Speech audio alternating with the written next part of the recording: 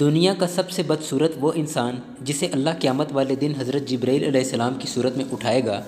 یمن کا ایک شخص جو گنجا تھا، سوکھی گردن اور ٹیڑھے پاؤں والا، نہایت دبلا پتلا اور بدصورت، یہ شخص نبی پاک صلی اللہ علیہ وسلم کی بارگاہ میں حاضر ہوا اور کہنے لگا، اے اللہ کے نبی، مجھے بتلائیے اللہ نے مجھ پر کیا فرض کیا ہے۔ آپ صلی اللہ علیہ وسلم نے اسے فرض کے بارے میں بتا دیا۔ اس نے کہا کہ میں اللہ کے ساتھ عہد کرتا ہوں کہ اس کے فریضے میں کوئی اضافہ نہیں کروں گا، یعنی نفلی عبادت نہیں کروں گا۔ آپ صلی اللہ علیہ وسلم نے فرمایا، وہ کیوں؟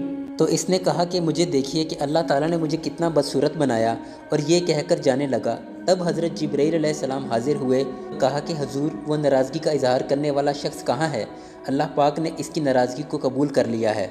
نبی کریم صلی اللہ علیہ وسلم نے اسے فرمایا کہ قیامت کے دن اللہ تعالیٰ تجھے حضرت جبرائیل علیہ السلام کی صورت میں اٹھائے گا۔ وہ خوش ہو گیا اور کہا کہ اے اللہ کے رسول، اب اللہ جو بھی حکم دے گا میں اسے پورا کروں گا۔